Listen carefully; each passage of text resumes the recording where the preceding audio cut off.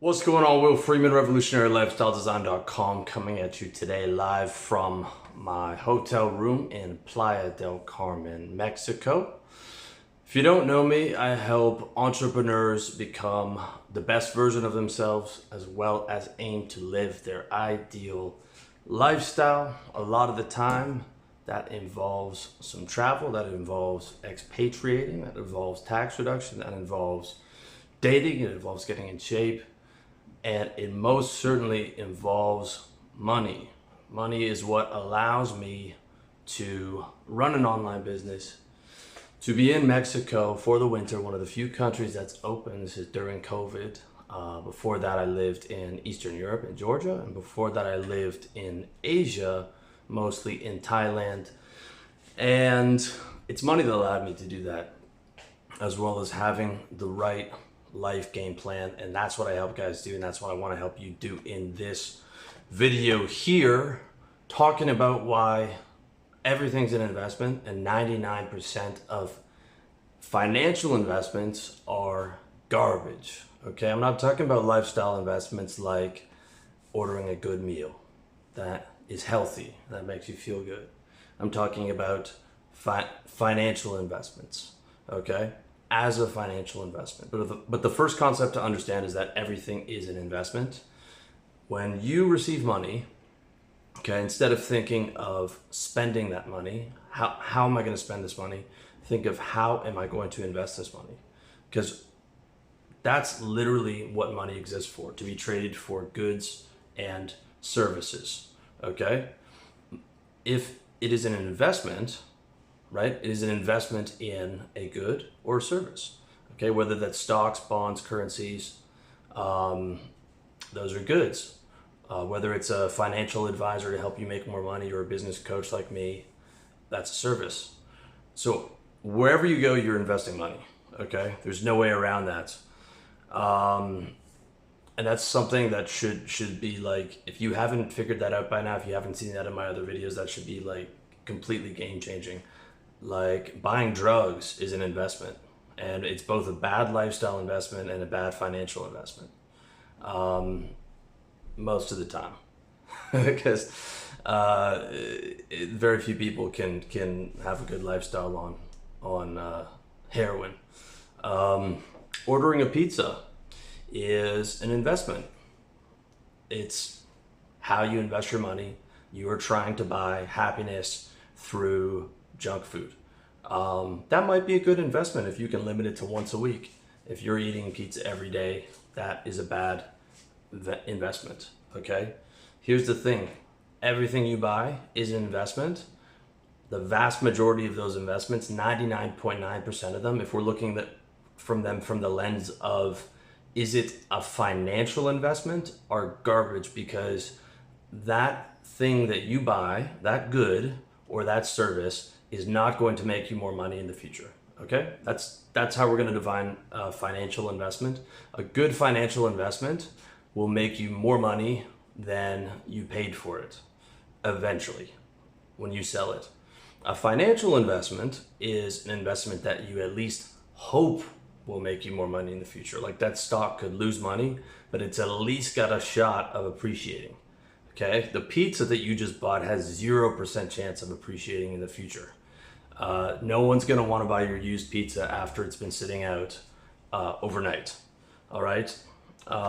So I want to define investments in a couple different ways. I also want to say that, you know, we could look at, before we even get into the actual investments, we could look at like what you do with your money and define it sort of in two ways. So there's the disposable investments, right, which go pretty much to zero, which is paper towels, pizza, or food, anything that is small and consumed quickly. Once you buy it, it's pretty much hard to resell it. Like I'm sure you could get some resale value on toilet paper, and you certainly could during the COVID pandemic. If you really pushed it, selling it on Craigslist or something, you could have gotten something. But most of the time, when you buy goods, they are going to depreciate to 0%, or if we're talking about, so that's like the first level of goods, right? Maybe their resale value is like 0 to 10%. The second level of goods that you buy, let's say higher ticket items like the TV in the background, which isn't mine, by the way, or perhaps clothes, although clothes lose most of their value unless it's a rack of designer suits, cars, houses, yachts. The vast majority of higher ticket items that people buy lose at least 30% of the value the second you bought them. The second you drive that car off the lot, it's just lost 30% of its value. The clothes that you buy, man, they might have lost 70% of their value. Unless there's some designer suits, that's pretty much the only thing you can resell at a decent value, but it'd have to be relatively soon after you bought it because, you know, suits don't age particularly well. Fashion changes. You know, the TV, probably 40% of its value is gone the second you buy it and continues to get worse over time. The phone that I'm filming this video on, I think is 2 years old. It was maybe 500 when I bought it. Maybe I could get 100 for it now, maybe. And I'd have to have a bunch of strangers coming through my house, examining it. That's just the nature of it. Okay. As a investment in lifestyle, as well as allowing me to run my business a lot, primarily through the phone. This phone has been an amazing investment. I love the phone, but as a financial investment, something that will make me more money in the future, it is like everything else. Okay. So important for you guys to understand. And this is why so many fucking people never get wealthy and they never get their business to where they can have a sense of freedom to do what they want, to be able to travel to Mexico and stay here for 6 months, to be able to go to the gym on a Wednesday afternoon like I'm going to, and to be able to do so many other things, is because they spend all their fucking money on bullshit. They spend all their money on investments that will lose anywhere from 10 to 30 to 100% of the value within the first week of buying it. Okay? And they don't save enough money and reinvest it into good financial investments. Okay? This is how you get out of the trap of having to work a job. As far as I'm concerned, 100K is the first level of affluence. All right? That's 100K in your own business. That's the first level of affluence. Unless you have that, you're still in the trap. All right? So I'm not even really talking to people like that. I'm talking to you. Either you're already a 6-figure entrepreneur, or maybe you're a younger guy, you're doing 5 figures, but you're on your way, you understand the game. And I'm just trying to reinforce this message into you. This is primarily who I'm targeting right now. These are the types of people that I'm coaching. Okay, because my coaching is not cheap. And I'm not looking for people who are cheap. I'm looking for people who want to invest in themselves and get a good return on that investment. I am one of the few services that, in my opinion, I believe can get you that type of a reinvestment. Okay. The other things that I consider good financial investments are business, either your business, another private business, or public businesses called stocks. If you've been following me for a while, you know I'm not a huge fan of stocks. I don't own any stocks, but these are at least investments that could make you money. And then we've got currencies. Foreign currency can appreciate against the US dollar, whatever your home currency or measuring currency is. For example, the Thai baht's been appreciating nicely for me over the last couple of years, the Thai baht that I own. You can also hold local currency and possibly make money, although it's not really the case anymore, if the interest you were getting in your bank account is more than the rate of inflation, which is almost never true. So almost always the currency that you're holding, your local currency, if you are holding in a bank, is losing you money. Okay, so let me just re-clarify that, guys. There is no saving money. There's just investing it in specific currencies, which can either make you money through the interest that you get in the bank or the term deposit or the CD, or its appreciation in comparison to your local currency, let's say the US dollar, or in comparison to the country you use as your measuring stick for your net worth, which for me is the US dollar, despite that I'm a Canadian. Okay, so I have a bunch of money in different bank accounts around the world of countries that I've lived in different currencies. I own Thai baht, Georgian lari, euro, USD, Canadian dollars in my home banks.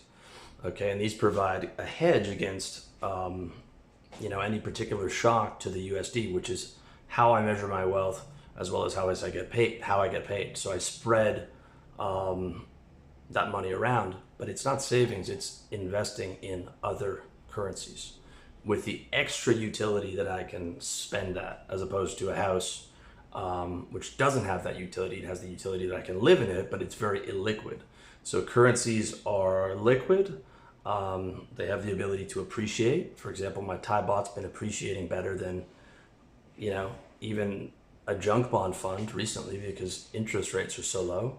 And they have the extra utility of being able to spend them. For example, I could pay for my future Airbnb in using my Thai bank card. Even though that money's in Thai baht, it can translate into Mexican pesos. And so it has that extra utility as I'm planning my next stop in either Guadalajara or Mexico City. If you have any advice, let me know in the comments. Okay, but just burn this into your mind. Burn this. There is no saving. There's just investing in currencies. If you have all your money, if you have your 100K, right, which is your safety net, all right, sitting in US dollars in Bank of America, you're invested 100% into the currency of US dollars. Your net worth is 100K in US dollars plus whatever you could sell your TV and your car for. Okay, but you are entirely invested in US dollar currency. You're not saving money. You're invested in US dollar currency and you're losing money.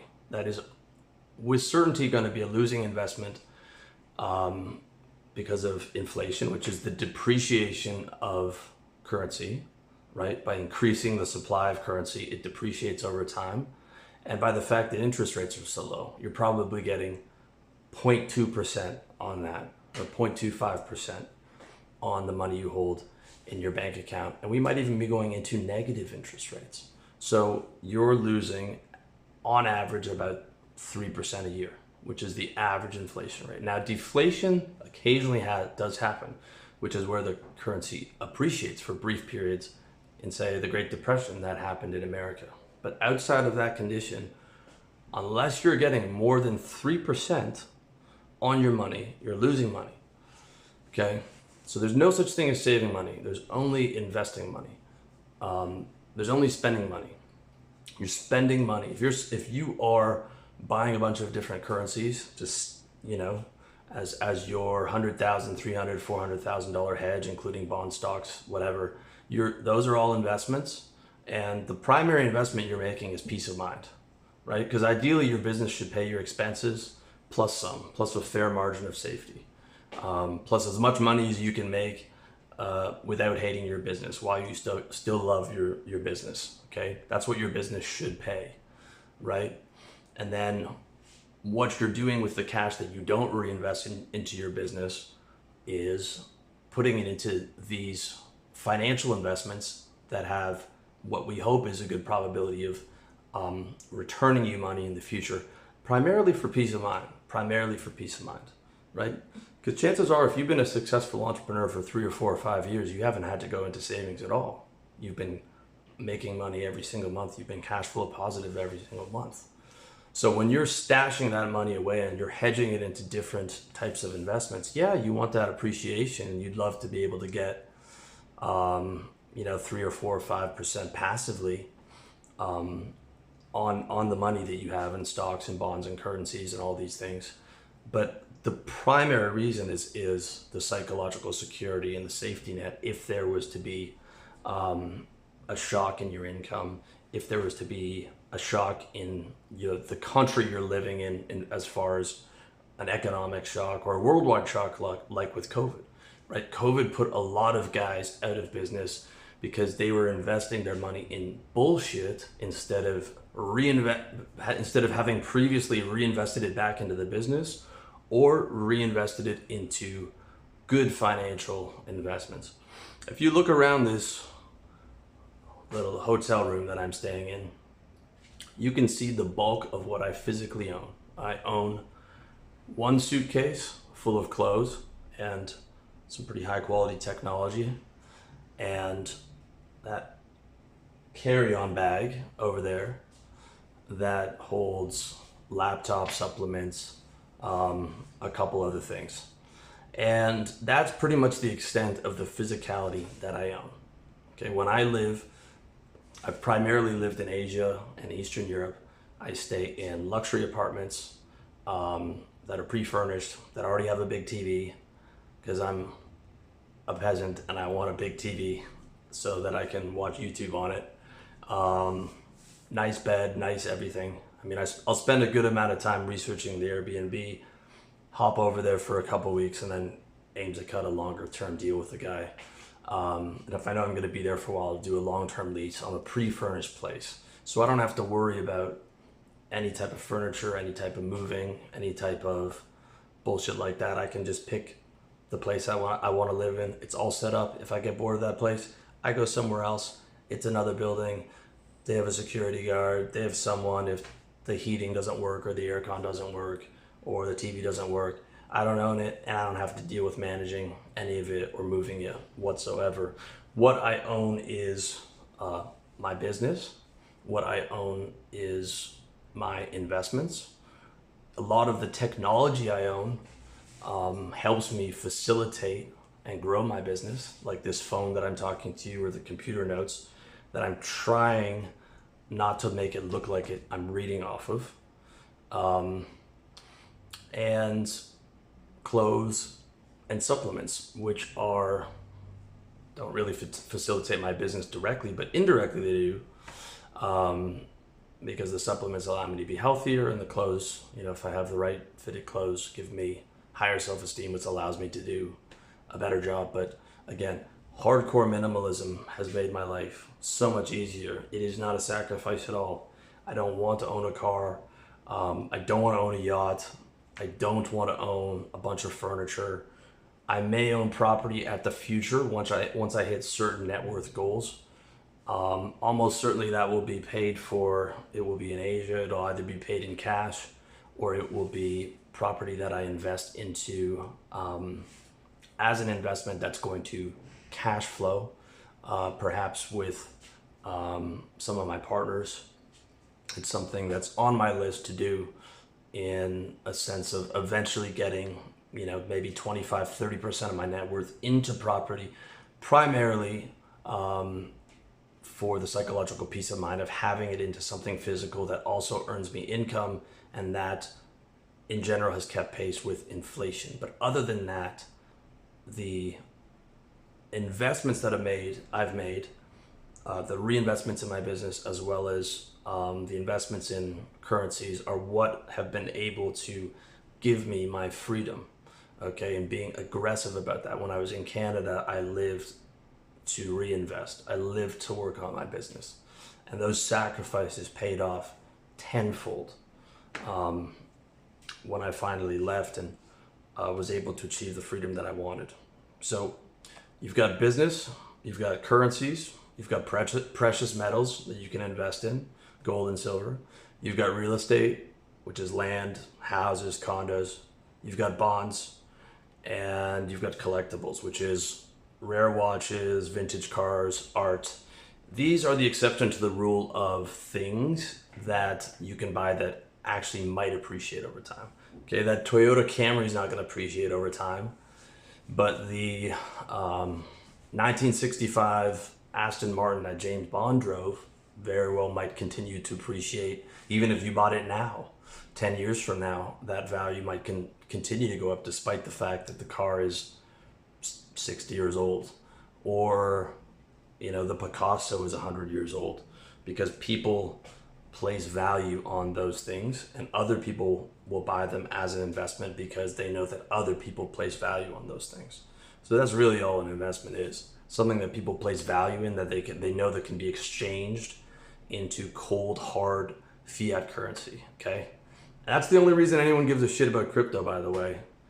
Okay, when you ask people why they care about crypto, the answer is, like, the price they quote is in US dollars. Okay, that's why people care about it, because it can be exchanged into US dollars.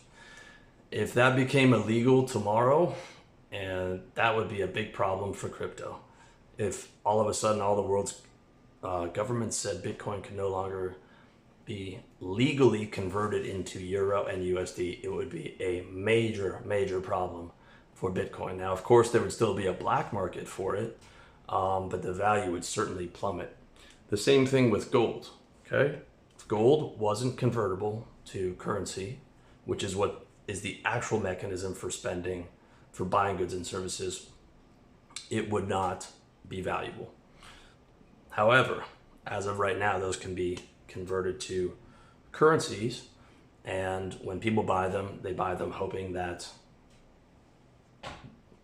the currency that they get in the future is going to be more than they originally bought the instrument for, minus the cost of inflation. At least I hope minus the cost of inflation, but most people don't factor that in. All right. So business, currency, precious metals, real estate, bonds, collectibles, that's it. All right. Every other fucking good and service is a bad financial investment. Okay. Unless it falls under those subcategories. And what is everything else? Almost everything that every company makes, either a good or a service, is a bad financial investment. And I should say one more exception: coaching with me. Can't say the same for all the other coaches, although I'm sure there's some other guys that are a good return on your investment, but I would put it in about the same percentages, under 1%. Okay, so everything outside of that depreciates either 30 to 100% the second you buy it. Everything else at best is a lifestyle investment. Okay, the purpose of which is to live like food, and secondly, to enjoy like a big screen TV, or a nice minimalist wardrobe that I have that you can get for under $2,000. I think I actually have an old article on that if you're interested, and it's going to be in the new course and coaching program, How to Play and Win the Game of Life. Okay, so some of those things are good in lifestyle investments. If you're going to be living in a place for 10 years, you've got everything set up, buying a big screen TV could be a good investment. Buying a nice looking minimalist wardrobe could be a good investment, lifestyle investment. Buying healthy food is a good lifestyle investment. Buying books that are going to educate you, and courses that are going to educate you on how to be happier, how to be healthier, how to improve, are good lifestyle investments. Okay. So I'm not saying not to buy those things, right? This is the whole purpose of money is a tool to make our lives better and to be happier. So certainly buy those things. But remember that has to be just a fraction of the income and a fraction of the net worth. All right. If your net worth is 100K, 200K, 300K, like, before you buy something, think how much of my net worth am I spending here that could be going towards my business. So I'm creating the table. It's almost finished of income and net worth allocations for guys, for entrepreneurs. The lowest end of that is like 50 to 100K after taxes, what to do with that. And in my opinion, let's say you're making 100K after taxes and you're not like me, so you haven't expatriated out of North America or the Western country that you're living in, and able to geo arbitrage your income and tax residency and all these things. So you're paying full freight American taxes, or you're paying full freight Canadian taxes, and you're doing 150, you're coming out of it with 100K or whatever, right? So, you've got 8,000 to play with each month after taxes. All right, you want to live on as little as you can and still be comfortable. So let's say you're living on 4,000, which where I'm from, Toronto, is not a lot of money. I mean, you'll be living better than the vast majority of people who don't even make 4,000 after taxes, but it's still not baller status, okay, in a Western country. The rest of that 50% has to be reinvested back into financial investments. And your best financial investment is your business, okay? If you're in a high margin service business like I advocate a lot of guys to be in, you should be getting hundreds of percent return. You should be getting 5x on your Facebook ads, or you should have an organic platform like me to where you can get money coming in without advertising, or you have both, okay? Or maybe you've gone the other route. Maybe you're an empire guy and you have VC financing and you have corporate debt and you have all this stuff. You can still buy more shares in your business. You can still put more skin in the game. You can do what a client of mine did who owns a bank, which was he loaned some of his personal wealth to the company at interest. Because all the shares, there weren't shares available. There were other people that were interested in the shares. So you can continue to reinvest as much as you can back in your business, because we have to assume that your business is going to be your best investment. All right. If you're not either, receiving a good salary and have a bunch of opium from kind of a lower margin empire business, or you're doing the Dan Pena, Andrew Carnegie model, or you're doing the tech startup model, or you're doing, where you guys don't make profit for a while, or you're doing some of these other models where you basically need bank financing or VC money or both. And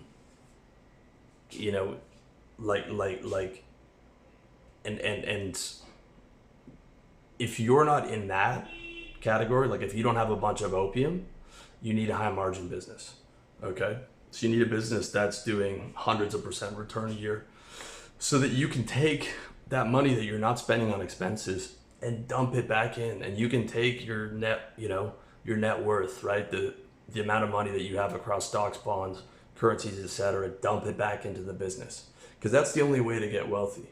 You are not going to get wealthy from the maybe 5% that you get from non-business investments. Okay, that's what makes like wealthy people wealthier, right? If you have 30 million in the bank or 30 million in non-business investments, 5% a year is a lot of money. Okay, when it's 30,000, when it's 100,000, right? That's $5,000 a year. Okay, and 3% of that's going to be minus inflation. 3% of that's going to be minus inflation. So you're lucky to keep 2%. So you need to position yourself as an entrepreneur to where you're spending maximum 50% of what you make. Maximum. Ideally, it's a lot less than that. All right. It certainly helps if you're able to expatriate to Southeast Asia or Eastern Europe or something like that. Just a plane ride, as long as it's an online business, if you just hop on a plane, you can drop your expenses by, you can go ahead and live on 20% pretty much immediately. Or you can invest in the best tax preparer, the best expat tax strategist, someone like Andrew Henderson from Nomad Capitalist. Or if you're running an empire with VC funding, you can get your board to do it through the company. Use company money to reduce those taxes, or somehow convince them of an increase in salary, because you're not going to get wealthy from those non-business investments. That's what a lot of guys don't know. Stocks, ETFs at best 8%. Gold's been going up. I'll say this: gold's been going up more significantly, especially since the Fed has been delinked gold from the U.S. dollar. Okay, but it's not enough to get you to that, that $3, $5, $10 million level. that you should be aiming for, in my opinion. You need that because just remember, you don't have your whole fortune sitting in gold, right? It's like if, let's say gold does 20% a year and you have 20% of your net worth in physical gold. Well, it's like overall that's a 4% return, right? On your total net worth.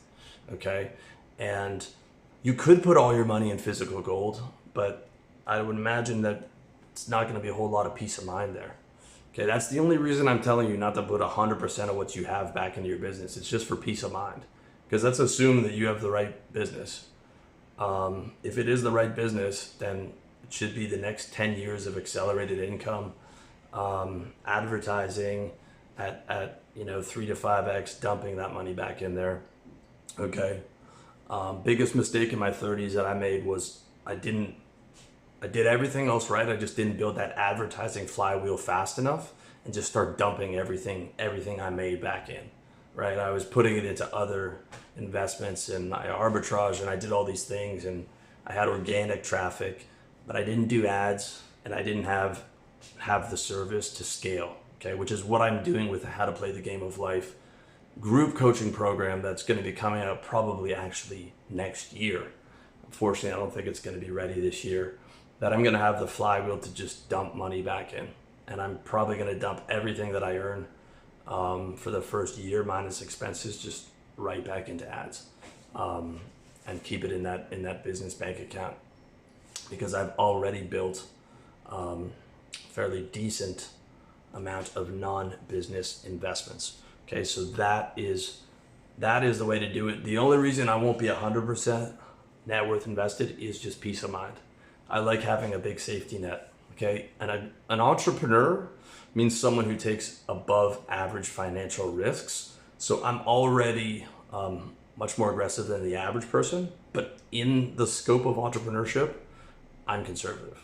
Okay, some guys like Grant Cardone have all their money reinvested into their business and real estate. He literally said he goes broke every month, plus a ton of debt on the real estate, plus all his friends and family invested in the real estate and all his readers. And he has billions of dollars in real estate with, I don't know, probably 60% of that is debt, if not more. I'd have a hard time sleeping, I'll tell you that. I'm not Grant Cardone, okay? But I think that you should be aiming for at least that 30 to 40% minimum reinvesting of your income and net worth into in the right investments. Okay, at least 30 to 40% of your income you're trying to put back into your business.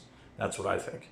And then you should consider like how much of my net worth should I be putting into my business if I want to hit X goal within the next 10 years.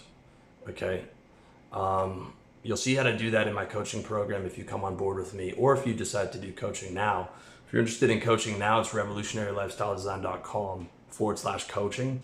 And we can break down what we think that your income goal should be for the year, for the end of your decade, adjusted for inflation.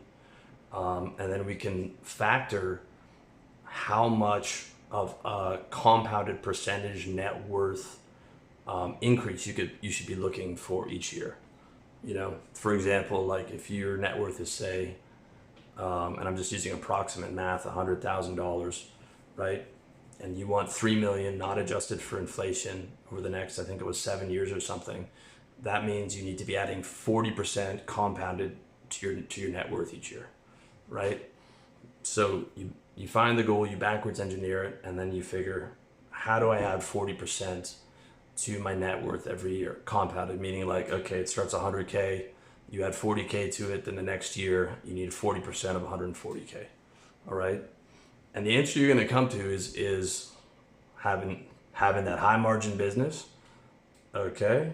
Or having a business where I can get me some opium. That means other people's money. That means corporate debt. That means venture capitalists, or that means IPOing, selling the company shares to the sheep I mean, the public, okay?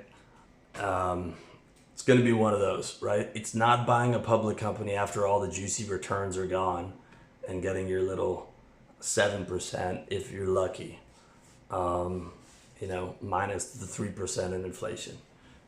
The way to get rich is through business. Everyone on the Forbes 500 list, business owner, and not just having the business, but reinvesting in the business or getting opium or doing both. Okay, large portion of Jeff Bezos' wealth is in Amazon. Same thing with Bill Gates, although at some point those wealthy guys start to hide behind their foundations. But in the initial run up of their company, they were all in, or at least mostly all in, minus probably some type of a safety net of different investments. Okay, and the other thing is that you're going to need more money than you think. Okay, you're going to need more money than you think. So you need to be aggressive here. You need to be aggressive in the way that you invest, and you need to be strategic. And ideally, you invest not just for the return on the business, but for the fact that you have control over that investment. Everything else, I don't know where that stock's going. I don't know anything about that company. I'm guessing gold's probably going to go up. I don't know. From 2011, 2016, I think it lost 40% of its value. So the business is the thing I have the most control over as well. Okay. And those are the rules. 99.9% of everything is a fucking bad financial investment, which is why 99% of people don't get wealthy. So if you're an entrepreneur like I think you are, like the entrepreneurs are the people that I'm aiming for. If you're an entrepreneur, still watching me after this 37 minutes, okay, this video was for you. You're on the right track. Just make sure that you're reinvesting, and just make sure that you know everything's an investment, and just make sure to stay on your game. And if you need help tightening up your plan, the allocations, the metrics, the goals to set, as well as how to not hate the journey, how to be happier while you're building and scaling, maybe you're expatriating, holler at your boy, revolutionarylifestyledesign.com/coaching. Links in the description. Group coaching program coming probably June 2021. But if you don't want to wait, book a consultation call with my guy and we'll see if you're fit. Otherwise, much love to you. All the best to you in your personal development journey. And I wish you peace and happiness.